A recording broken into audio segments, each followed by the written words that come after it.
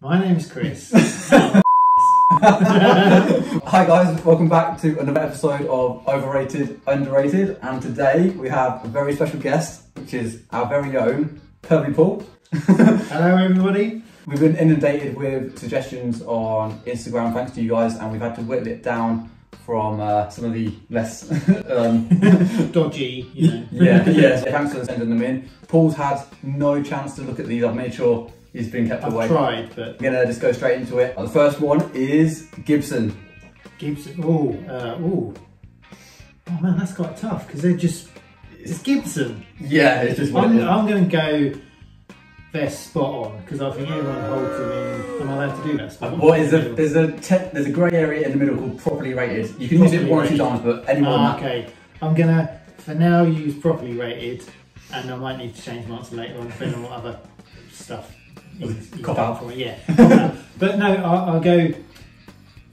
I always thought they were overrated, to be fair, and because I got a Epiphone Les Paul like when I was 15 in America, and it was my first proper guitar, and it was awesome. From then on out, after I was like, I'm never going to buy a Gibson because I can't justify the prices because I was 15 and I had pocket money. Yeah. You know, and so, and it was such a cool guitar. I still got it. I love it. It's brilliant. I'd still buy an Epiphone. They're great. I would like a Gibson if my dad's got one. Nudge, nudge me. Yeah. You're going to stick at midway. I think midway, but I might change to overrated. They're not underrated because they are a lot of money. They are cracking guitars and the vintage ones, but you know, when was it? 2012. They went a bit with the automatic tuners and all of that stuff. Yeah, it scares me. It was a bit like, what are you doing on Amazon? I mean, hello, Gibson's on Amazon. I was a bit like, yeah, it's funny that those like, you know, automatic tuners and stuff, when it goes that technical for me, I want to keep it really basic so I can just, you know, when I'm doing a gig, I don't want to be thinking about technology. I just want to be like, oh, it's out of tune it. Yeah, anything more than that scares me, but cool, so properly rated, yeah? Yeah, I think so, yeah. Right, the next one is a bit random, but Monterey Strat by Jimi Hendrix. All the, you know, the flowery, crazy. Okay. I don't know too much about it. I'd go, for people like me, it's probably a bit underrated, maybe. I'm not too big on the history of it, but anything Jimmy's awesome. Yeah. That one, I'd go underrated because it's awesome. It's Jimmy. Yeah, it's Jimmy. It's got to be underrated. Right, this one, I've been poking a bit of fun of this on Instagram, and people have been getting upset. In fact, some guy wrote to me today on a meme that I made about this guy, and he literally said unfollowing, and I checked and he doesn't follow it. I was like, I'm sort of polarising. Where's my handbag? Right, anyway, John Mayer. He's overrated, isn't he? Because I'll subscribe account. No, because there's so many awesome players out there who are just as good. That's it. Just as good, who can play that well. But I mean, I like his stuff. I like it. Yeah. I like the older stuff better. And when I've seen him do live solos, I kind of think some of his album stuff is a bit too meek and mild for me and for the ladies. I'm not allowed to say that. And I just sometimes think, dude, rip into a solo. Yeah, you want that live old trio vibe. Yeah. I think there was like a Crossroads festival. Oh yeah, exactly. And I was just like, yeah, that's the stuff that is like. And that's where I got into it, and I've never heard an album that, you know, really gets back into that sort of level of. And then I'll be like, oh, yeah, like Continuum. Bow down to the god, you know. Yeah. Like Continuum and the trio stuff, but compare that to Sob Rock and Continuum, cracking album, I like that. Yeah. But what's the next one? Battle Studies or whatever. Yeah. I liked that, but again, it's starting to slip a little bit to the more. Because again, the thing is though, John Mayer is a genius though by appealing to that different crowd. If you watch it, I just said you're great. I swear, like the one time John Mayer would discover us, it'd be one of those dodgy memes, and he'd be like, "Oh, these guys hate me," and I'm like, "No, no, he's fantastic. He's a mega player." Yeah, he's awesome, but still overrated. Yes, because there's so many other people who deserve to get the limelight, and big awesome dudes like that get yeah. a lot of it, you know? I always bang on about it. It's like, you know, when you go to those like little jazz clubs or something and just hear the best player in the world, and those guys put in a billion hours and then they don't get 1% of the notoriety John Mayer's got. But because me and my dad and my brother went to Bill Street in Memphis years ago, and like the guys, and we went in BB King's, and the guys playing there, just random local guys, just like Eric Gales would have started off like that, and just been in those same clubs. My brother and my dad saw him, you know, I didn't because I went a different year, but we were seeing him soon anyway, which is awesome. And that kind of stuff, it's just those mega. Hidden gems, but that's awesome. Definitely. Off on tangent. Anyway, next one. I'm just shying, buffing my head. Next one is Chris King Warrington. I mean, I've met the dude. He seems like a nice guy, but he's a bit overrated. No, seriously, he's a lovely guy, totally underrated. Great guy. Next one, next. It's a bit of a niche topic, but aged clay dots in Strats. Oh, aged ones, so not original, actual vintage. Well, no, they count as well. Like, basic clay dots, but I always assume, call them aged because they've got that tint of yellow to them. But I like them. They look cool, but some guitars they look hideous. Oh, that's so true. Actually, you just made me reconsider more. Yeah. Because I've got a PRS and it's got like really white binding, but it had white pickup rings on it, and I hated them because it just didn't go with any of the rest of the guitar. Because I'll just change the pickup rings, and then it didn't match the binding on the neck. So I thought it's tricky, isn't it? So I think they're underrated because they really matter for the aesthetics, and being a design engineer, I'm a bit OCD with that kind of stuff. So I'd go underrated. I think people should love them more, make your decisions wisely. Totally. Honestly, I think they're actually like, it's one of those things where they make the guitar pop so much, but you don't realise until you take it away. And if it's not there, you're like, oh, something's wrong there. What the hell? And then you'll work out, they don't look right. I tell you what, it just reminded me of once I was doing a gig in Poland, and I played my heart out at the gig, and I looked down at my Strat, and one of the dots had popped out. Oof. And I could notice it when I was playing up and down, because I was like, my fingers... Actually on the fretboard or the side ones? No, the actual inside on the fretboard. Oh. So I was playing up and down, and my finger was catching this hole. I was like, why is it rolling? And then the next day, thankfully, we were staying at the club, and I looked everywhere for it, couldn't find it, and then Nige, my bass player, just came up to me and was like, Chris, I found it, and he just magically found this little dot somehow in this little club. And well, it was actually a bit of chewing gum, and it fell out. So you just put it away and put it back in it. But I actually super glued it back in, and it still worked. Speaking of that, when I was watching Philip Sace's live stream last night, the King. he had I think most of his dots were missing. It's and he's got like different saddles on the bridge as well. It's awesome. His stuff's cool. Yeah, totally. Yeah. Right, this one here, Germanium Transistors. Hello again. This is... it depends which league of Germanium transistors you're talking about, doesn't it? I think there's, in the right applications, they sound mega. They are very awesome. Diplomatically.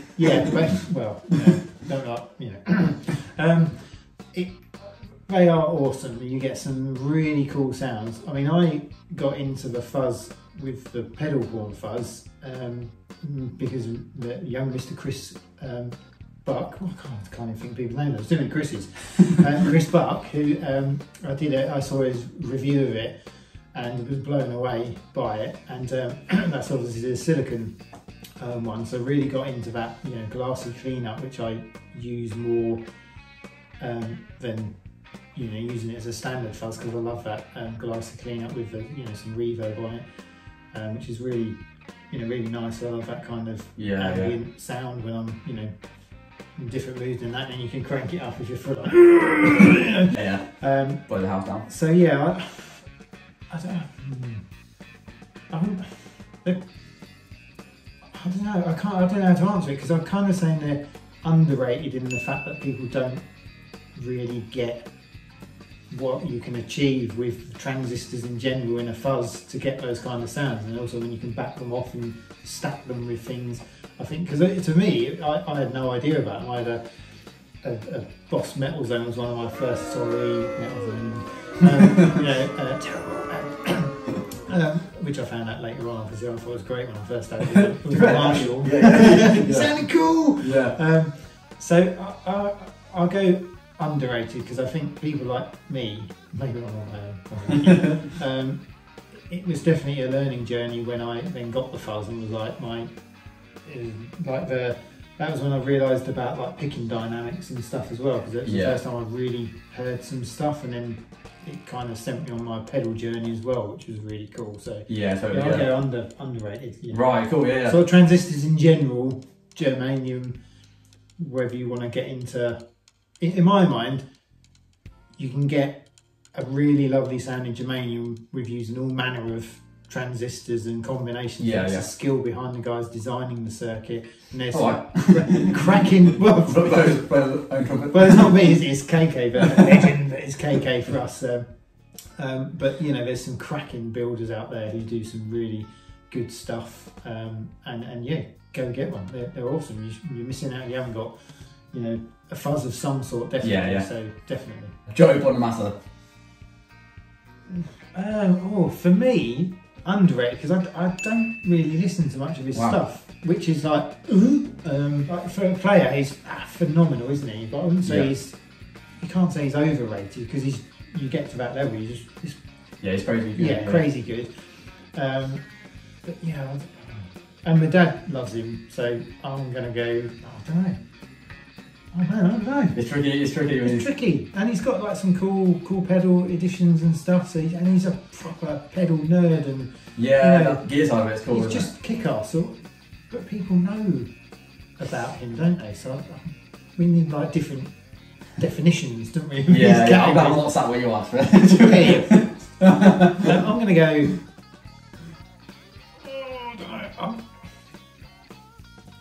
Maybe overrated, because he is awesome, everyone knows him, and there's so many other people who are very good, maybe not as good. He's one of those weird characters where people like to hate on him though. You know what I mean? Like, it's the same with John Mayer and Joe Bonamassa, that's why they've been chosen. It's like, I feel like I need to get my coat and do one. Yeah. Jam pedals. I'd go underrated still, because they are amazing pedals. I've got, I had the Retro Vibe, which was brilliant, but because of being affiliated to certain dodgy companies out there, I now have the Gypsy Vibe. Because you got it for free. Because it was for free. I had to wait a long time, because the customers are more important than people like me. So yeah, I think they're underrated. I've got the Harmonious Monk, which is a phenomenal, really cool pedal, really like that. And they just do, and the multi pedals as well. Oh my god, they're crazy. And their artwork, I mean, there was one they released a while ago, and it had like fluff on them, being a cat person. It was awesome. I tell you what, the fluff's weird, but I've got one upstairs which is like Velcro. No, it's like was that the fuzz? Yeah, what's it called? Fuzz Face. Yeah, but it's like velvet. The velvet makes I can't stand makes you feel like you're in a bit of a sex dungeon. One of those like green, like red lights and closing it. Mate, it's those multi pedals, they're crazy. I don't know how they do that. They're really cool. I like, and the fact they tied up with Dan and Mick as well. That's really cool. I like it. The Harmonious Monk is. I want to get one. I like it. They're getting bigger. A lot of people now do appreciate them, and they should, because they are mega. Yeah, it's pretty decent. So who was it recently said? I think it was like Pedal Show actually. They said that people like JHS pedals, they're no longer small boutique brands. They're mass producers now, aren't they? And Jam's maybe going that way. Well, they're not, but compared to someone really small, they are. Yeah, there's quite. I think there's quite a lot of them there, and it's just the mojo as well. I really like the, and they're not stupidly expensive. They're like you can get the custom artwork stuff. Yeah. And, pay a bit more for it. Obviously, someone's doing it that extra work, and they just are really cool. I like them. Yeah, definitely fair price for what it is, isn't it? Yeah, definitely. Cool stuff. I like them. Nice. So underrated. Underrated. Yeah. I don't know if this is the right terminology, but pedal switchers. You know, like like AV switches. Yeah. Is that what you mean? Yeah. Like do you mean like the gig rig? Like G3s and all that kind of stuff. And like the quartermaster, is it stuff like that? Yeah. I think they're underrated for a lot of people because a lot of people like me. I haven't got one because I'm a cheapskate and I really need one. So, Dan, if you're listening, any dodgy, half working ones. You want a half working one? Well, no, good point. I mean, one I could fix maybe, or give the key for that you can fix it. But yeah, I think they're underrated because they serve such an amazing purpose that lots of people are probably missing out on. But they take up pedal board real estate, don't they? So that's the downside of them in my mind, that you can have pedals there. Yeah, just got to be careful where you stamp your foot. But yeah, the whole, certainly if you're playing live, you'd want, you need them, I'd say, so you make sure you put it on. And because you can do all the loops and stuff, it makes some really cool options and stuff like that. So yeah, I think a lot of people probably don't use them where they probably should and could, maybe. So I'm going to go underrated, I think. That's cool. I mean, don't you find it weird how like pedal board real estate is becoming more prominent as we get like further along the time scale? It's like people never used to care about it. Like look at the old Fuzz Faces and tone benders; they're massive, aren't they? But nowadays, like people want the smallest stuff, and I don't know why has it become more precious now? I guess because there's so many pedals about now, isn't there? Yeah, so many, and it's practically impossible to decide which one you actually want to go for because there's so many other companies, and you tend to buy into the brand a lot as well, because a lot of them can sound the same or they're from similar companies and stuff, so it's really hard, but you end up getting quite a few different ones, and then you get the people who buy every different variant of certain things, and don't look at my pedal board now, it's because they're free. It is tricky, isn't it? Yeah. Anyway, that's my fault. We've got no, it's quite a cool topic to switch off to, though, isn't it? Because it is like you say, people used to have. Like when I try and put my Cornell fuzz on it, it's just not going to happen. Oh yeah. Cornell fuzz. It's a whole board, isn't it? A wah pedal, and then if you ever wanted like an expression or volume pedal or something on it, you're screwed, aren't you? Yeah. And then how are you going to pick it up? You'd need like some massive roadie to come on. I've always wondered, like when you see Eric Johnson's pedal board, and it's like some random. He's got about 10 other people to pick it up. He's got one of those caravan movers. He just comes in with his remote. The thing is, like, you can't possibly have an idea. Maybe we should have that. Pedal board movers. It's called Paul. But honestly, I don't know how Eric Johnson could get that in a hard case, because it's like it's not even got any attachments. It's just, I don't know, man. It's like it's an interesting one though, isn't it? But I think because there's so many different variants of types of pedals now, there's so much available. Everyone wants a little bit. Your delay, your reverb. You might have a different type of delay with more ambient stuff to it, and then a couple of different fuzzes in different positions, and then vibes tend to be quite a big old chunk. Yeah, vibes. I don't know why anyone have a big box. I've always said though, I even did a meme about it. They sound better. People want to sound better. I don't know why. Yeah, bounces the light round better, even though it's in a smaller little. Yeah. Anyway, we have to go on the next one. But anyway, Gretsch.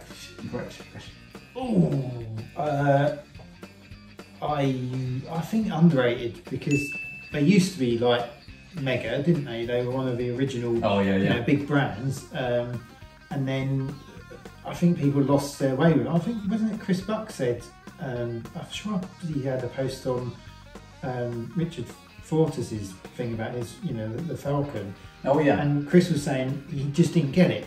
And I didn't get it either. I was like, massive, why do you want to play big old, I'll buy an acoustic and want something uncomfortable like that. But when you then see people playing them and rocking out on them, okay, and like Miles Kennedy, he plays some of them. I haven't got that right. But by the way, did you see Richard Fortus has just come out with it? They've announced they're doing a Richard Fortus signature model. Gretsch. Nice. Yeah, that is nice and white. I think it's the Falcon, is it? Yeah, it's like, it looks really nicely. Yeah, sorry, I think we've gone. Because that's what I was saying, wasn't it? He uses his Falcon. Yes. I can't remember. Yeah, you did. We just murdered. But I don't know if you had your signature one though. Yeah, that's what I was on about. That's what I mean. Oh, sorry. I'm sorry. That makes sense.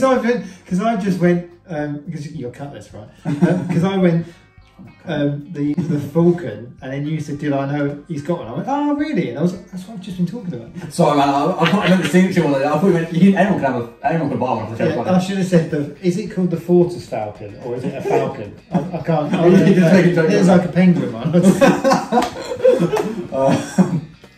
Right. Wait. What? There was something I was going to say on that. Underrated because they're really cool, and I've totally missed the boat on them.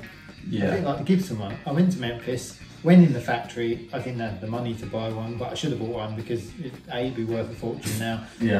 And it'd be really cool to have one some other time. Have you seen that picture of all of the Gibsons they had to destroy once? I can't remember what happened. I think there might have been some kind of like minor defect with them, but they lined them up in a massive field, got like a tank just drive over them, and there's about 200 there. So like it's the most crazy thing I've ever seen in my life. I've got to show you the picture. Sorry, what rating did I give Gibson? Because I feel like I need to give them. Yeah, because fair, people weren't happy with it, because you could still use them even if it's just for ornaments in like a pub or something. Yeah. Then when you go to that really gets my goat. Any kind of destruction of something that's perfectly usable. Yeah. Either rebadge it or do something to it so people know it's not genuine or it's a dodgy one or something. But someone can use it, and don't then go down, chop down another tree just because you can cock something up. Reuse it. Come on, people. The problem I find with like the B stock, where do you draw the line with the B stock pedal? Because sometimes I'm like, you don't really want to put it out there with your name, but equally you don't want to just bin it because it's good use to someone. So it's hard to find it, but it's hard to find the balance. But I think you will always find the customers who. I would happily have a V stock. I'd probably prefer it because I'm a cheapskate, and I'd rather have it for less money if it's got scratches on, as long as it works. Yeah. It's a pedal. It goes on the board. I'll touch it with my foot. what else do you touch with your foot? So it's crazy. But I also when the pedals are a work of art, they are fantastic. I totally get that. But I'd be petrified of touching it. I'd like have to put a protective boot over it or something to keep it safe and. It's just... Yeah. I forgot where anyway, Gretsch. Honk. String gauges. Ooh, I think the way that some people get irate about you must have certain gauge strings is massively overrated. I get that you can get certain tones and it affects how you... Oh, maybe I've totally got this one up. Maybe it should be underrated because actually it's really bloody important, isn't it? Because it changes the way you... I'm just going to go now. I'm an idiot. If you don't understand the string gauges, the way people go on about it is excessive. Yeah. And when they have a go at people because you're not using the right gauge, you're not going to get the right sound. It's like, okay, that's your mojo, fine. But you should always experiment with different gauges because when you change from like heavier ones, you get different sounds, definitely. You get a different feel to the instrument and bends are harder and you just play differently. Don't change the strings just to specifically sound like a certain person and then stay on it. Find where it fits you best in that. I mean, am I controversial if I say I use 10s? And people say, oh, and I used to use 9s. Your dad uses 9s. Hi Dad. Just dropped you in it under the bus. Nice one. But I'm now thinking, oh, maybe I should use bigger ones. And I'm like, well, there seems to be a direct correlation between like how macho you are and the string gauge. Like, people comment all the time and say, hang on. Yes, I use 15s. Is there such a thing as 15s? I go 16s. Yeah. Well, there's always this myth about what gauge Stevie used to use. Some people say up to 17. He uses the stuff that's on the telegraph pole. Telegraph wire. Yeah. It sounds great. Mate, we did a video. We did a video on Facebook, and it actually got like 5 million views or something. It got a crazy amount of views, but with that came a lot of comments about, oh, you don't know Stevie's tone, and they were saying like, you need to use gauge 15 to sound like Stevie, and I'm like, it's a bit of a broad thing to say because it's not just string gauge. It's amps. It's the way you play. Yeah. There'll be people who can use lighter gauge who the natural feel of their fingers and like bigger fingers or whatever. Yeah. It's all about. And I'm sure Mr. Sace, Mr. Phillip. I'm sure he said, pay down. I'm sure he said he uses different gauges on different guitars. So yeah, so that's not on that live stream. They said, what do you use? And he said, right now I'm using 10s, but I fluctuate from 10s to 11s. 10s to 11s. But I was I'm going to go restring my guitar. He just wants to go. But Billy Gibbons used something like 6s or 7s or something. Right, it's crazy. Yeah. They're like, you must be able to do crazy micro bends like that one. But again, it's use strings to make you enjoy playing guitar better. Is how I've always. That sounds like a Yoda quote. I don't know why I'm praying. Strings, you must. Yes. Words, Yoda impressions. It was underrated or overrated. Our Yoda impressions. That's terrible. You must. Anyway, so yeah, I think it's you just need to use what ones make you feel more comfortable playing and push your boundaries as well. Yeah. But all this crap when people go, oh, you're not macho because you're not using big strings. Do one. Sorry, that's what I think about that. Crank your amp up, up the bass. Pump up there was something manly though about Stevie Vaughan playing those big strings. Like I'm not justifying the haters and stuff, but there was something about seeing his veiny arms playing those strings. Do you agree? Yeah. Compared to like, actually, I say Billy Gibbons is pretty manly. He's got his big beard and like Well, there's a lot of very small dudes who rip it up like no time. I don't mean butch rip it up. I mean rip the guitar. And I think I don't know. Sometimes I think like big butch dudes playing a guitar look a bit weird. It's not very Jimmy, is it? Jimmy's pretty. Jimmy's fairly okay guitarist. And I saw a picture of Jimmy. He was pretty ripped. He had like an 8-pack or something. Yeah, but he was leaner. Yeah. He's not like it's like a big dude in the guitar looks like a matchstick. But big heavy strings. I get some people love them and they sound great. That's cool, but I think they're overrated. That part of it. I think it's very. I think it's over talked about. Like, do you know what? As a player, one of the biggest questions I get all the time in my inbox is like, what gauge strings are you using? And I'm like, there's so many different. Here he goes, my little £1 voice. I can do it, I'll be very what was we just saying? I feel better now. Right, I'm going to go for 14s. You just got up for gauge right then. It hurts. Coily Cables.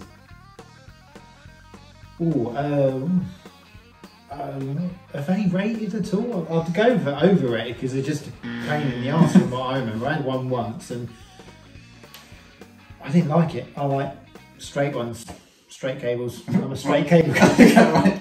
Straight cable kind of guy. So I don't know. Yeah. Are they do people rave about them? But there's a certain camp of people that love Coily Cables. It's like a real thing. Yeah. I get the gist of it. It's handy. Because you're not going to trip over them and stuff, are you? But I don't know. I don't like the whole. Is that what thought? Is that what the I think it's so that you can. It's not. You've not got. Excuse my French. You haven't got a ton of cable to trip over because it. When you walk away, it just extends, doesn't it? Yeah. Then you can get onto hoses, can't you? Those hoses that crinkle up and expand, and they're just stupid, aren't they? They'll bloody break and leak. What's the point? Maybe it's the same with cables. Well, people say, I've not tested it myself, but people say Coily Cables sound a lot different. There's a difference in sound.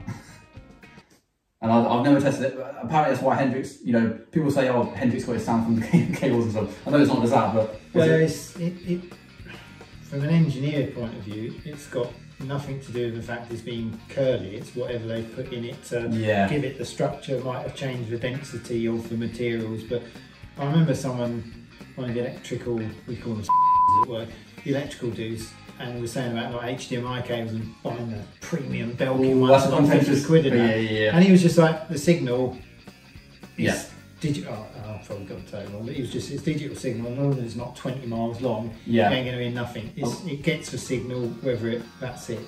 Yeah, I've had this chat with Keith a few times.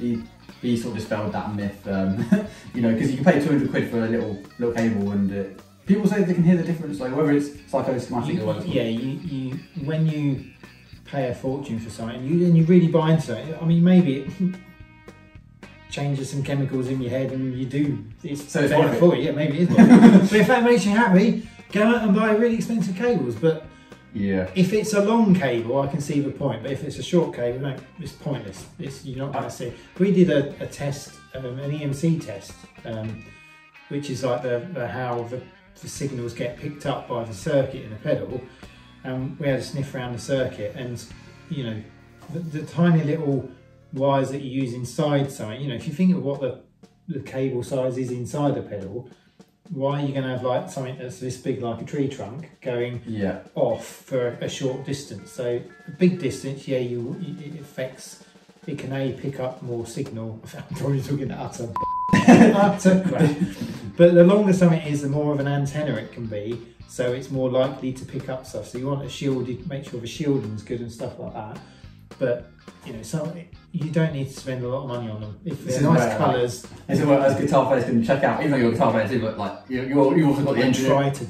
You've got the engineering brain as well, which freaks me out. Like yeah, I've seen people spend like hundreds of pounds on coily cables. Yeah. It's crazy. But again, if you want to do that, cool. But it's so easy to get sold something like that because you want the best, which I get. You know, we all want to have nice stuff and that, but I think there's better things to spend your money on than a stupidly expensive cable. Just go ride up a pedal, have some fun, twiddling the dials, you know. Yeah, pedals it's just easier and more convenient and more fulfilling to buy a pedal, isn't it, than the cables. Yeah. Like cables are like, yeah. I always lumber that stuff in the same thing, like power supplies, cables, even though they're so important, and you probably arguably more important than pedals in some ways, but let's say we're already spend money on, like, I'd rather get a fuzz any day than a cable, you know. Yeah, as long as it's got the shielding's good and the connectors are good, so the signal's not getting interrupted anywhere, and it's a decent joint, you know, your solder joints and everything. That's the main thing. Spend your money on a quality, robust thing. Don't worry about funky materials because you ain't going to hear it. I don't care what anyone says. Maybe they can. You're superhumans. Good on you. Keep eating your vegetables and everything. Brilliant. It's just overrated. It's just isolated. Sorry. You just antagonise 1% of it. Audience probably look. No, if that's what they want, cool. We'll transition into you just like lecturing. Yeah, we start selling some. We just by the way, badge the same thing with gold. And, you know. That's definitely getting looped out. Right, this I've not even added this in since before, but Boss Metalzone. Yes. I mean, there's so much hate for it, isn't there? It's crazy. What I've seen, so much hate. But I think, yeah, I know, just from us. I'm gonna go. It's underrated. I'm going this time. No, because it was the first pedal I ever bought, and I didn't know any better. Yeah, I didn't. That surely should be overrated. You're leaning towards that way. But you didn't know any better. I didn't know any better of what else was available, but it allowed me to get really horrible sounds. Underrated to be like, I didn't know any better. That's like we might need to redo this one. I mean, no one rates them highly, so it can't be overrated, can it? I mean, come on, everyone hates it, so it can't be overrated. I can only go with, yeah, I agree, or no, it's underrated. But I own one, my dad owns one, we're idiots. but by everyone knowing it, it's overrated to a certain degree. Like, everyone just overly underrates it. Okay, what about the analog man mod for it? Oh, what does it do? Makes it sound good. Right. Oh man, I didn't know he did that. Yeah, there was, because I think I checked on mine and it was like the version they can't mod. I was like, bloody brilliant, I used it as a doorstop. But no, I did my first ever gig, which didn't go that great, but it wasn't the pedal's fault, that was me because I'm... and I used to like it, you know. Yeah. I was, there must be loads of people who've bought one and hear all this, you know, anger stuff. It gets a certain sound, you've got the loads of EQ on it. It's harsh, but if that's what you want, brilliant. Do you know what's weird? I bought a Boss DS1 in distortion because I wanted something like just a real cheap, nice, you know, pedal to use in my function band at the time. I plugged it in and it was horrible. Yeah. And I was so desperately wanting it to be good. Yeah. And I feel like it's the same with the Metalzone. Like people buy it and then, you know, I've heard similar things where they're like, apart from your opinion, like yeah. But I did use it in a Marshall JCM 800. Oh, that's cool. Jackson custom shop guitar. So it had a really good guitar, really good amp. So you can put a pile of bad in the middle and probably still sound good. So. Yeah, to be fair, that's a good point. Yeah, so you're underrated. I feel like I'm going to get murdered for saying that. It can't be overrated. Everyone hates them, so I'm giving it some love. You know, fair enough. It's part of Boss's journey. Boss is cool. It's Boss. It's cool. Cool. This might be one you can't answer too much, but this was a suggestion from the Instagram guys. Kemper. Oh, that's a tricky one. I saw Rob Harris, hello. You know, because you obviously watch everything we do. But no, Rob, he's a cracking guy. He's quite local to me anyway, and I've seen him. They do like some really cool, do you remember rhythm section nights, and it's really cool. It's him, Paul Turner and Degsy doing it, and they are bloody brilliant, awesome. And Rob actually had a Kemper, and I was like, oh, this is one of them for. Yeah, hit your pedals out, idiots. What we paid the money for, I think it was free actually. Oh, yeah.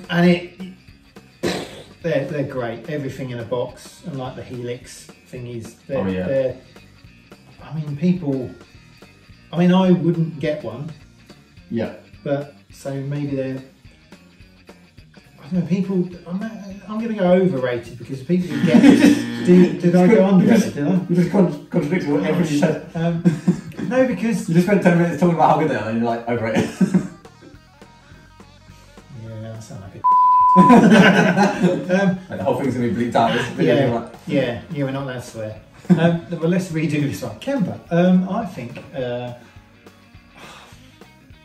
it sounded really good, but I don't. In my mind, I wouldn't get the same feel from it than playing a guitar for a pedal for an amp. Yeah, like picking dynamics and that. So I think they're overrated because I still don't think you get that same effect. But what I heard sounded good, but I don't know what he was going for, whether it was getting what he exactly wanted.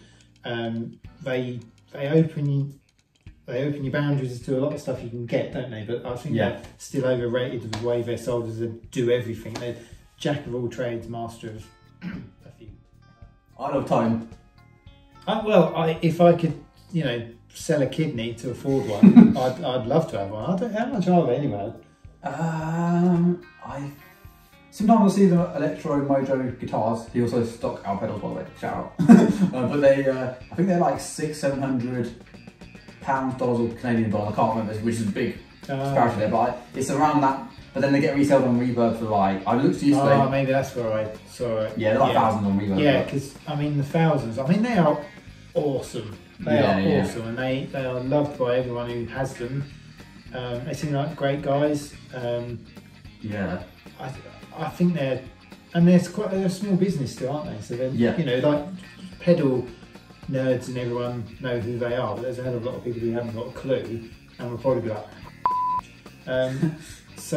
But no, I think they're underrated because they're true works of art, and if you've got the ability to pay that kind of money on something, then brilliant. Yeah, you get that the Ferrari on it. Yeah. And it's, you know, true, you know, vintage stuff that they search for, and you know, what's the word? The work and dedication that goes into like the sound auditioning of all the components. It's fantastic. It's not cheap either, is it? No, and that costs so much money for people who spend that time putting that effort in and know what they're listening for. And you know, some of those boutique deals are amazing. Some are, you know, probably not doing what they say they do, but you know, that's up to them, innit? But Isle of Tone, they're cool, seem like really nice guys, and there's a Union Jack in the background of their videos, which is, you know, their videos are cool. It's got he's got a, you know, like a Fender Vibratone and the gear they've got. Mate, the gear, it's extensive, cool stuff. Yeah, I'd like to go there. We're coming. Amps.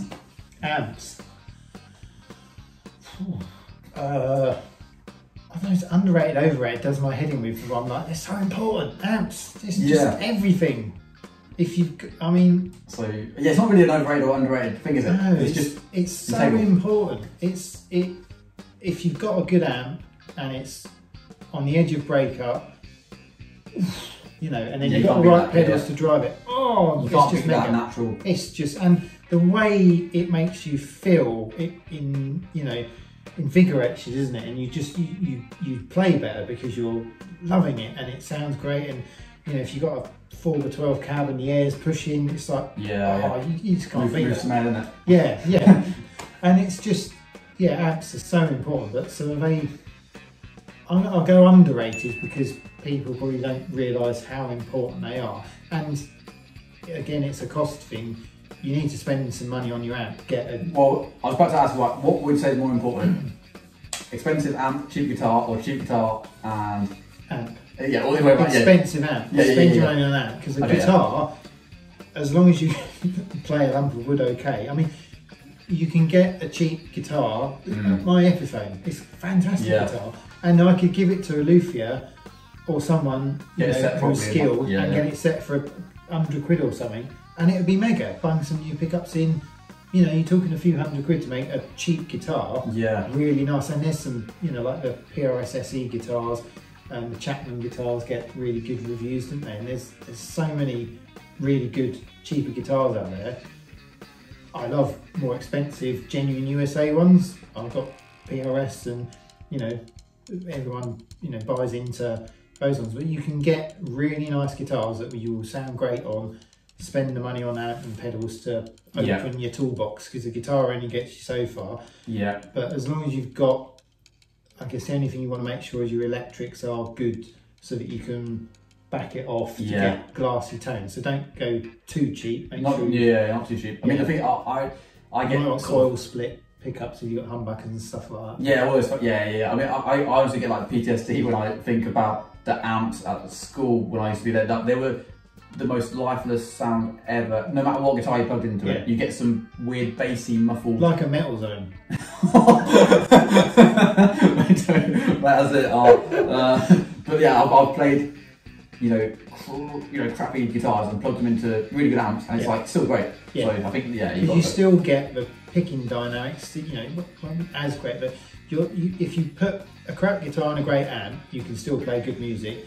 You put a great guitar in a terrible amp, it's going to sound horrible because the amp's terrible, and it's only going to have a certain range. You see, you're going to be good at low volume clean, and you try and push it and it doesn't get you where you want, or it will be distorted. And if you want thrash metal or something, great, knock yourself out. But it ain't going to get you all the variations. And so underrated. Buy a good amp. Don't spend loads. There's still some good. Really good amps. I've got I've got one of those the PRS Tremonti amps. It's like less than £500, and I love it. It's great, and if it's good enough for him, because whichever album it was, he used the prototype of that to do most of the recording. So if it's good for Mr. T. I mean, look, I've had some good amps in the past. I've had like a 64 Vibe Reverb, like Super Reverbs, all vintage, good ones, and I always just go back to my deluxe Reverb reissue, which is like. I bought it for like £700 or something. We've missed a really important thing. Valves! Actually, you've got the master tone stuff now, haven't you? But I'm a valve guy. I haven't played too much with... That's a good point, actually. Yeah, I think valves is one of the key things to look for. But anyway, it's turned into like a DIY. Like a really long one. Solid state. Marshall's worst ever thing. The Beatles. Overrated. I don't know. That's more controversial. That's more controversial than the Metalzone comment you made. Oh, right. Well, but it's really actually. I think overrated because they cracking music. Loads of people love them, but there's so many other bands who do cracking music and never hit the light of day, and they should do. Yes, back to that. Thing, isn't it? Like, there's too much. So I'm going to go overrated. Yeah, I'm happy with that. Slate me if you want. I don't care. Leave him some hate in the comments, guys. I've got their albums. The Proco Rat. I've not played one, but I mean, the JHS. Pack Rat. Yeah, it's not Rat. I get Pack Rat. That's cool. I mean, Josh. I mean, anyone who put moany stuff on the comments was like, they're going to come after us now, aren't they? I think what they misconstrued what it actually was. They didn't realise it was 8 or 9 different circuits in one box. They thought it was just like a filter and like just trying to pass like off. a different resistor. Yeah, at the same time, but it's not. It's different. It's different. It's pedal. a work of art. Yeah. It literally is 9 circuits in a pedal. It's like 230 quid. It's just. Yeah. I mean, happy Christmas to me if I get one. I probably won't. And me. Yeah. We should buy each other one and then just like. We don't even have to give it to each other. Just got to pay for it. But yeah, I mean, Proco Rat, if you go on the JHS one, I mean, why the hell wouldn't you? I mean, 9 different flavours in one is, in my mind, crazy to get all those. Because I haven't played one, so why would I go buying individual ones? I could just get that. It gives me every flavour that I'm going to want. And I would like to go down that path. That journey. So did you say it? Underrated? Yeah? Oh, underrated. Did I? Underrated. Underrated because I think. I think that's part of the problem, isn't it? There's so many different versions that people have no real idea of, and I guess sometimes they look a bit like cheap looking, and I guess people miss how good they are because I never had a bloody clue until more recent times and saw a lot of them. I was like, Christ, I should open my eyes on that one. I wonder if they'll like go up in price now because of Josh's pedal. It's like he's bringing attention to it. I don't know, maybe it will. It's one of those ones you just don't know, do you? Because it could go. Everyone who's got one might go, I'm going to sell some, make some money because I'll just get one of his ones. And it does everything. Sort of balances out, doesn't it? Yeah. Or like you say, people will be like those, vintage hunters of gear that don't use it and just they sit on a shelf looking lovely and collecting dust and not what they're there for. And they will probably go mental and start buying them, won't they? Because Josh has bought out a mega rat. Yeah, probably, to be fair, Josh probably owns all the rats anyway. So he's selling them. He's got one. He's got a rat dungeon. Yeah. Josh's rat dungeon. Hi, Josh. The Klon KTR.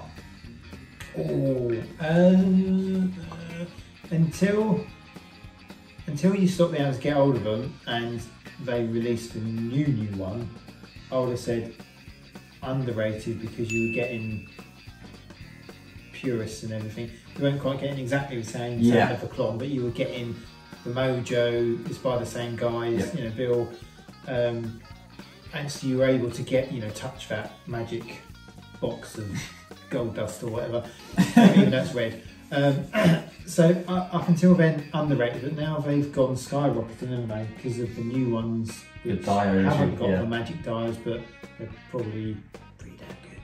Yeah. Because they wouldn't release it unless it was pretty damn good. Yeah. So, what do I go for? Underrated. Underrated for the first lot. Until the dials. Underrated.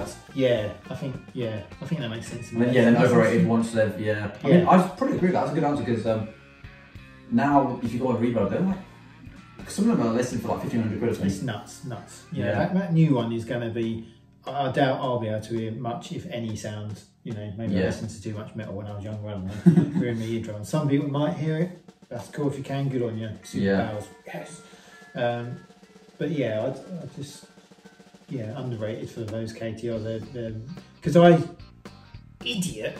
There was a I've done the same thing. I was looking for I've never wanted or had the opportunity to spend a shed load of money, so I would have to be careful on what ones I buy, and sensible, I suppose is the word. But there was a KTR on Towman. It was like a B stock one, and it was like 350 quid, and I was like, I ain't paying that. I can get a Ryra for 200 or Tumnus for less. They're going to be awesome, aren't they? When you see like that pedal show episodes and bigger bottom end episodes, awarenesses, and what you put into it, what it goes into, you can do with that. So I was like, I can't spend 350 quid on a damn pedal. But what an idiot! I should have bought it. Idiot. Idiot. So that was a great white buffalo. I meant to show you this before when we was steady. When we was upstairs. The Korg Miku. Was that weird looking pedal. Was it? I don't know anything about it. I didn't bother. You know, it just looks silly. You know, it's got cartoon reference. Yeah, what does it? I imagine some crazy ass weird stuff. No, have you seen that Anderson video? No. It is basically like turns your guitar into like some like video game noises or something. Yeah, like a. Okay, right. But well, I've got the Source Audio C4 synth, so like a synthesizer type. Oh, nice, yeah. And oh, so, can you bring that around next time? I want to put and they are brilliant. And because you can. Wow. And because I haven't got time to. Excuse my thing. Here we go. Got that. I haven't got time to spend megatons, you know, really getting to grips with all of it. But you can just go online, and this is where that digital kind of stuff is really cool. You can just go online, listen to a few clips, go, I love that sound. And there's some real cool, like Stranger Things type sounds and 80s music. You can just click the button down. That's actually what I'm looking for at the moment. I love the Miku where like I was playing some more synthy like runs, but it didn't quite track right, and also it was like a weird noise. Yeah. So I want a normal. If that was in a sensible format, I'd actually buy something like that. So yeah, if that sounds like what you're describing. So it sounds like the Miku overrated because it just sounds complicated rubbish, whereas the Source Audio C4 synth underrated because it's epic. And yeah, nice one. It's cool. Strap locks. My journey of strap locks was I didn't ever use them, and then I did and was like, yeah, I'm not damaging my guitar. Oh yeah. And they are really helpful. How many people use them? I think they're probably underrated because a lot of people don't use them and people risk it. Yeah. Yeah. If you've got a really nice guitar, I mean, they don't look great. That's the only thing I don't like about them. They're big and bulky, aren't they? Yeah. My issue was getting it in the case. I installed them. And I couldn't put it in the case. I was like, oh yeah. Yeah, that's a good point. It annoys me that you have to take the strap off to put it in the case, which seems silly. But you've got a strap lock to stop you dropping the guitar. But when you put it in the case, you have to take the strap off, so then you're more likely to damage it getting out, and then putting it on, you can clonk it. So, I don't know, mate. Tell you what, one gig I did, one of my first gigs, I didn't have any strap locks or something. I was just waiting for a big bend, and my guitar flew off, and I just sort of caught it, but had to pretend I was like, just airborne or something. But so I'm going to go they're overrated, because they do serve a purpose, but I don't know if you've seen on the PRS, I don't know what other guitars I'm doing as well, but the strap lock button is quite wide. It's like a big wide one, so when you put your strap on it ain't going to come off. Right. So if you want, just don't use strap locks and don't remove your strap. Keep the strap on the guitar. Look after the guitar. Be careful. You know. Yeah. Play safely, children. Volume pedals. Naff question. Are they rated much? I mean, they're overrated because you've got a volume on your guitar that does way more cool stuff when you use it with a fuzz and stuff. You've got a volume. Yeah, you've got a volume. And if you wanted to use it to just cut your volume completely, use a tuner, because then it's using a tuner as well, which is helpful for tone deaf plums like me. I think they're practically pointless. I'm not sure. Pointless, that's like, there's one thing saying overrated, but pointless is like... Well, I mean, you can use the volume in your guitar, and I know it cuts for sound, you get a tonal change on, so I do get people using them for more I think volume swells and stuff, like people use them for that, nice volume swells if in a certain part of the song. Yeah. Alright, I'm going to change my answer then. But how often do you do that? Because you can... Depends on what you do. But you can dull down a sound and play lighter anyway as well, can't you? So I get the whole... but you can do that with the volume knob anyway, can't you? I know you can't then play, but... Yeah, it's that extra... I sort of agree. I think they're a bit... They're bigger clunky for what they are. Yeah, pedal real estate. There's too much going on there. Yeah, it's not my thing, but I'm going to put it and say overrated. Yeah, I think overrated because let's move on before we get in trouble. Next one is pickups. I think in general underrated because people don't. The purists know how good pickups. You totally change your sound, and different picking dynamics and stuff, how it picks stuff up, it's crucial, isn't it? How decent. But for someone who's just learning, it doesn't really matter too much. They're not going to be at that technical level to really appreciate the differences. And certain tones and stuff. You know, some people get really obsessed with some stuff, but I think they're underrated in general, because I don't know. It's hard to say, because the majority of players would be like, you need really good pickups. You need to make sure you're picking the right ones for the type of guitar, and you know how a lot of the guitar builders will have certain pickups for a certain sound and a certain build of, you know, I've got my McCarthy's, you know, big chunky woods, woods and that, and you pick the pickups to go with that combination. So it's very important you get what you're after.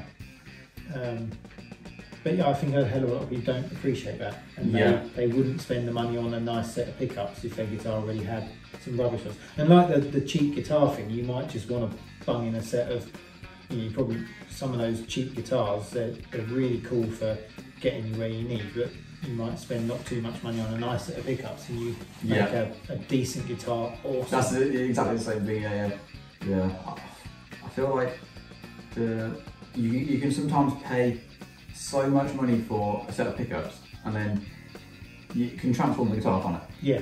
But then sometimes it cannot. It's just like, it depends. I suppose it depends on each contextual situation, but it's like, So did you say underrated? Underrated. Yeah. Because they have so much capability to transform it. Yeah. To transform a cheap guitar to a really awesome sounding guitar, and if you've got, you know, like a humbucker setup guitar, you can get.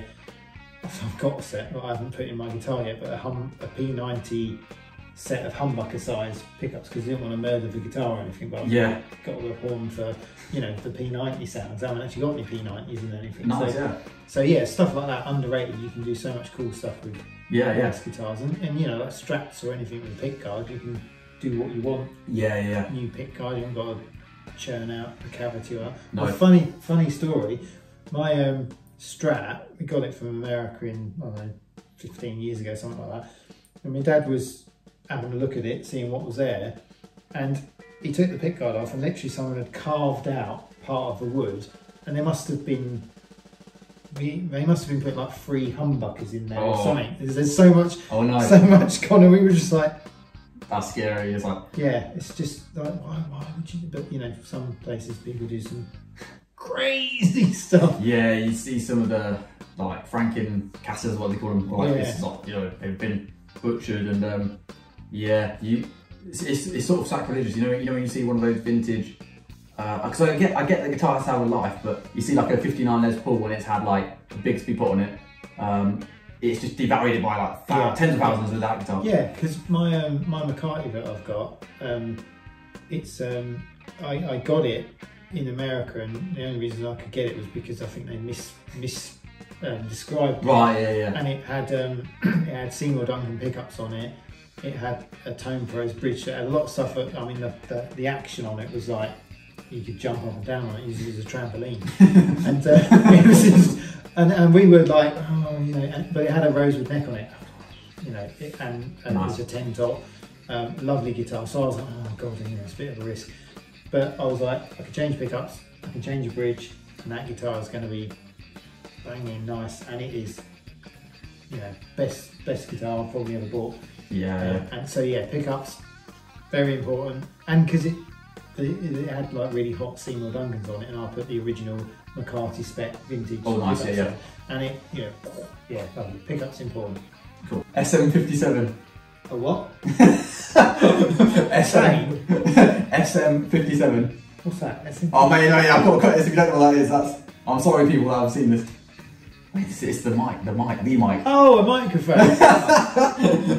Mate, you can't. Mate.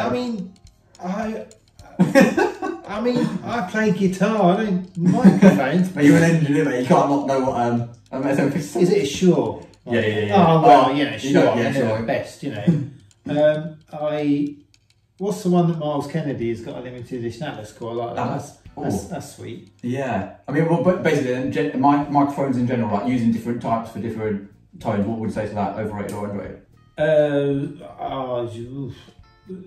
I think maybe underrated because people like me have no idea about them, and they are mega important for the sound you're going for. And if you need to pick up all those frequencies. I mean, I guess part of me was like, oh, it's a microphone. It just, Yeah. But it's like pickups and stuff, isn't it? It changes the tone and how. Yeah, I don't know. But I guess in my mind, it's like the sound engineer behind it and the mixing does a lot of stuff. So I guess microphones have always been like, is it that important? But then, when you mic up like a Leslie cabinet or something, it's probably really crucial. Oh yeah, what you do because of picking up the thud. Well, the range is actually important on Leslie because if you go close mic it, it's like really thick and luscious. But if you go further out, it's just more airy and stuff, and that actually makes a big difference. But I heard a story with Eric Johnson recently where he said in the studio he'd spent about a whole day trying to get his mic absolutely perfect in front of the amp, and then I can't remember exactly what happened, but some kid came with their family just to, it might have been his family, just to look at the setup. It's going to be painful. Honestly, and then the kid just went up to the mic and picked it straight up. After we'd spent about 2 days getting the perfect placement, and he just literally picked it up and Eric had no idea where to put it back. Mic drop, yay! Yeah, that's that sort of stuff that breaks your heart because, but obviously people like Eric Johnson would say it's like, it's really crucial. It's like, yeah. But I mean, I actually, you should see where I place my mic.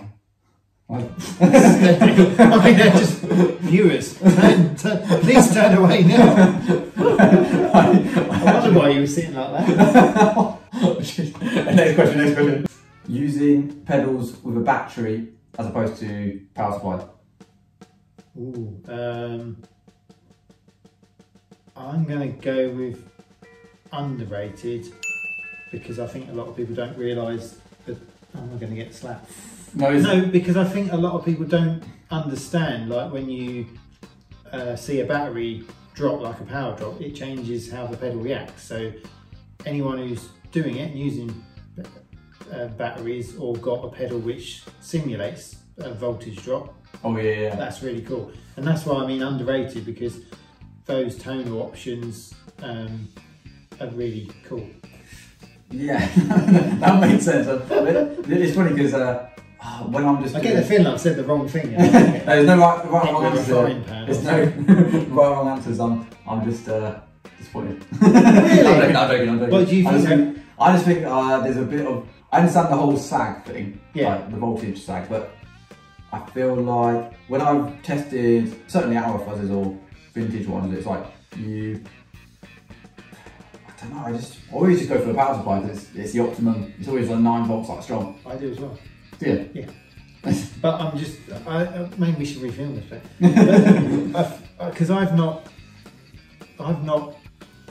played with it too much, but I know when I've used a dead battery or one that's dying, you get a different sound. So it's underrated in the fact you may be missing tonal options. Yeah. That's good. But the whole use a battery versus power supply. Power supply, it's a continuous supply. You're going to get the same, they're isolated. I mean, batteries are isolated anyway, but you don't get that drop off.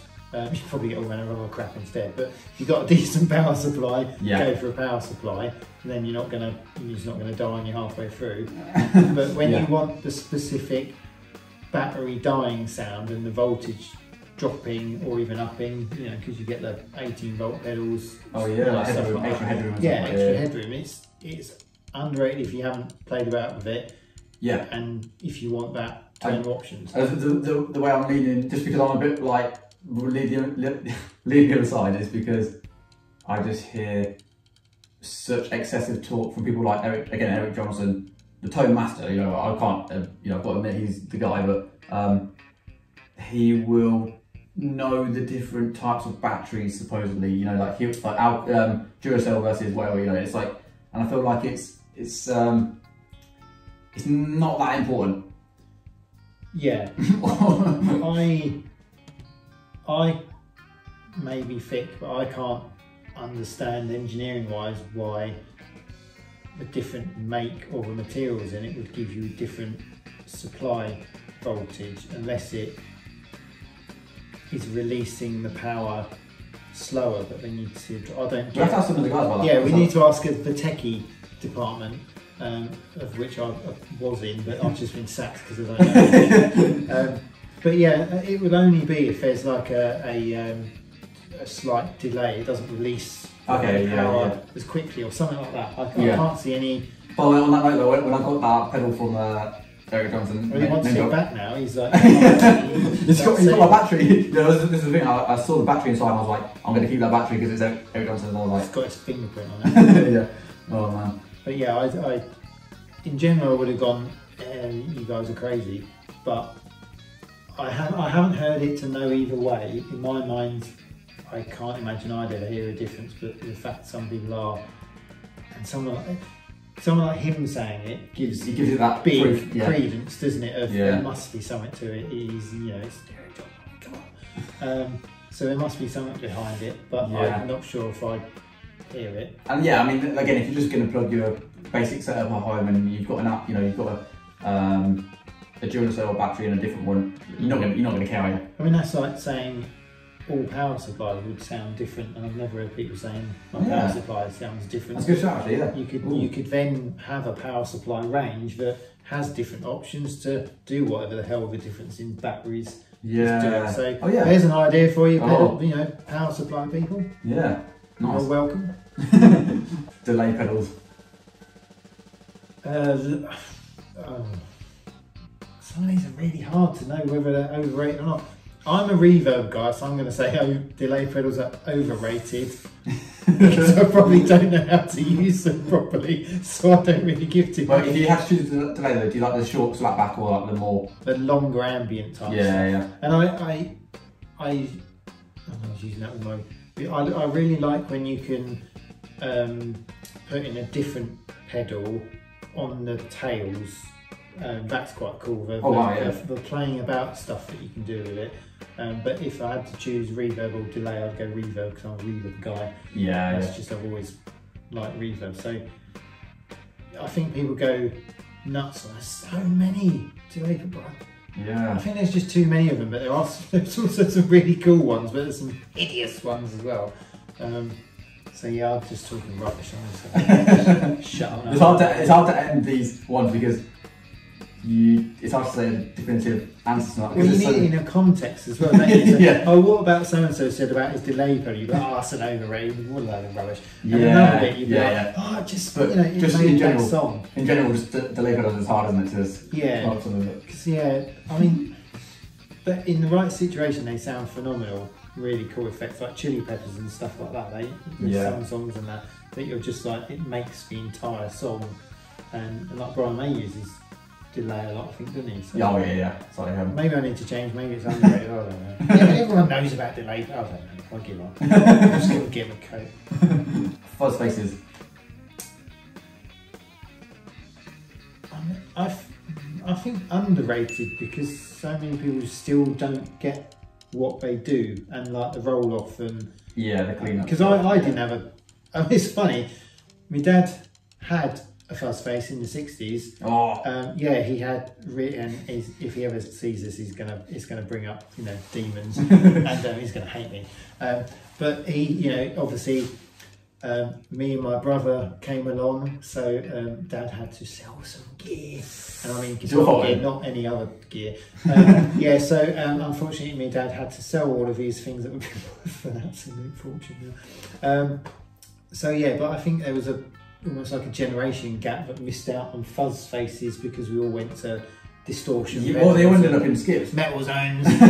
And people were just, didn't like, and I think people were snobby about them for quite some time because they were very simple. Just, Nige, one of our other engineers and the bass player in my band, just tells me heartbreaking stories of when he used to work in music retail in the 80s, and he'd just find Fuzz Faces in skips. Like they'd be so worthless. They would have been them, and it's like can you believe that? It's like compared to now, where they're like thousands of pounds. It's a different life. But like you say, that generation, they missed out on that. The magic. I guess that's why they're so expensive because there's so many. There's none there, is there?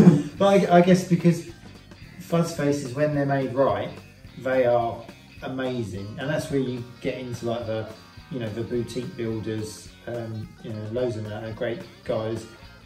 When you're paying that money for someone they hear it, they know exactly what they're going for. that's what Fuzz Faces always needed, didn't they? Someone to actually sound audition and make sure they're consistent. Yeah, you can't just go around them thing. Yeah, and you know, like when the Jimi Hendrix stories of he'd have like God knows how many left. I mean, ridiculous. A musician like that who people just want to hear him play, he's got to sit down there and go, no, I don't like that one. No, I don't like that one. It should just be, I want a pedal. It should do what I want it to do. Jobs are good. Yeah. But yeah, I think people have missed out. I missed out for a long time, and now all I play is my fuzz pedal with a bit of reverb, and if I get time to play with other pedals, and stick on the old Harmonious Monk and get some funky stuff or a vibe, maybe a gypsy vibe, you know. Yeah. Now I finally got it. Sorry. So yeah, underrated. I think people still need to. And when you hear, you realise some of the albums you love are Fuzz Faces. It's all on there. Yeah. I didn't realise when I was watching Stevie. Boss the Builder and stuff. I used to watch like Stevie Ray Vaughan as a kid, and I didn't realise the tones I was loving were from a Fuzz Face. It's like you don't really get taught that anyway. It's, you know, I think we've tried to help push out that knowledge of it, and we not a lot of people were talking about it. Not that we were the people talking about it, but part of the gang who just the part Fuzz of Face love. Yeah, we just love Fuzz Faces. Like, yeah. But they are awesome, and it's. I mean, like I got into it because I saw Chris Buck demoing the pedal porn one, and you make friends as well. It's cool. Yeah, and it's underrated. Underrated. Two more. Oh, semi-hollows. Semi-hollows. Oh, I've got two PRSs. One of them is a semi-hollow. In general, semi-hollows are a little bit pointless because they're sort of in that grey area. Do they get much sound difference versus, you know, you get acoustic purists and electric purists and semi-hollow somewhere in the middle. Where I break that is if you've got a semi-hollow with a piezo bridge on it, then the tonal options are right. Yeah, and that's what I've got on mine. I love it because you can get the when you like slap the strings on an acoustic, you get that dum dum. Oh, nice, yeah. Sound. And you can get that with the piezo bridge, and the semi-hollow helps with the resonancy stuff, and they're brilliant. So yeah, I think semi-hollows in general, it makes the guitar bigger, doesn't it? So they're more bulky, and I don't hear like for weight relief. They make sense. They make sense, and you get different sound options. I guess like total, full hollow bodies when you get the feedback and stuff, and that's like, you know. Just out of interest, have you seen the difference between like the Les Pauls before they were chambered and then after they were chambered, where they cut out the insides to make the weight relief? Because I had a 2004 Les Paul and it wasn't chambered and it sounded amazing, and people were saying the post 2004 versions were not sounding as good. Again, it's one of those like, you know, is it 1% difference or something? But I just loved that 2004. I don't know if it was because it was heavier, but it did take its toll on your back after a while when you're gigging. But you know, you just sort of brave it out later, and like, you know, gigging. Yeah. Well, I mean, that's my dad's got the Smartwood Les Paul because it's thinner, so it was brought out, they're lighter, but they're still a solid body, and he loves it, and it's really comfortable because it's not as and he's a smaller chap, so you know, in my mind he's a legend, you know, but you know, it's a really comfy guitar. But yeah, Les Pauls, that was partly why maybe that's why I like my Epiphone, because it's probably not as dense wood, cheaper wood, and it's not as much of a backbreaker. But yeah, semi-hollows for weight relief. Yeah, and the F-hole, you can get different designs. They look cool. But I think underrated as a statement. Semi-hollows, I think they're no, I think they're overrated because I don't even know. I'm gonna go underrated because if you bung a piezo on it, they are mega. They sound really cool. That's a curveball because. Can I not do that? You can. I think you've changed mine 3 times. How many more times can I change? So, right, okay, underrated. We've got one more. Was there one more? One more. We've been filming for a while. And then we'll add some more. Talk boxes. What? 8 toolboxes? Talk. What are they? You know, like the Peter Frampton thing where he's like, all like the. Oh right, I guess. Sorry, I'm a bit, tired. So, what you're on about. Yeah, do you like the ones? It's like you can hear. You get the one where you actually the tube, yeah. Like Bon Jovi, there's a few songs. I can't remember what they were, but they're like John Bovi. But yeah, I think they're underrated because I know